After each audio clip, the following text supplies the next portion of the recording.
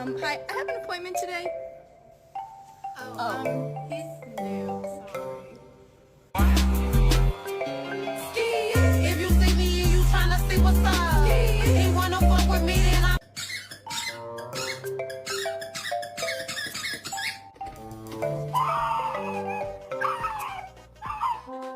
Yes.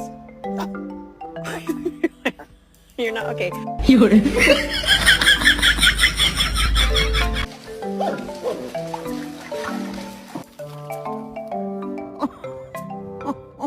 I need to tell you something, but you gotta come here so I can whisper it to you.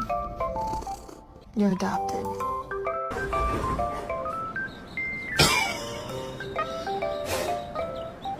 Gentle.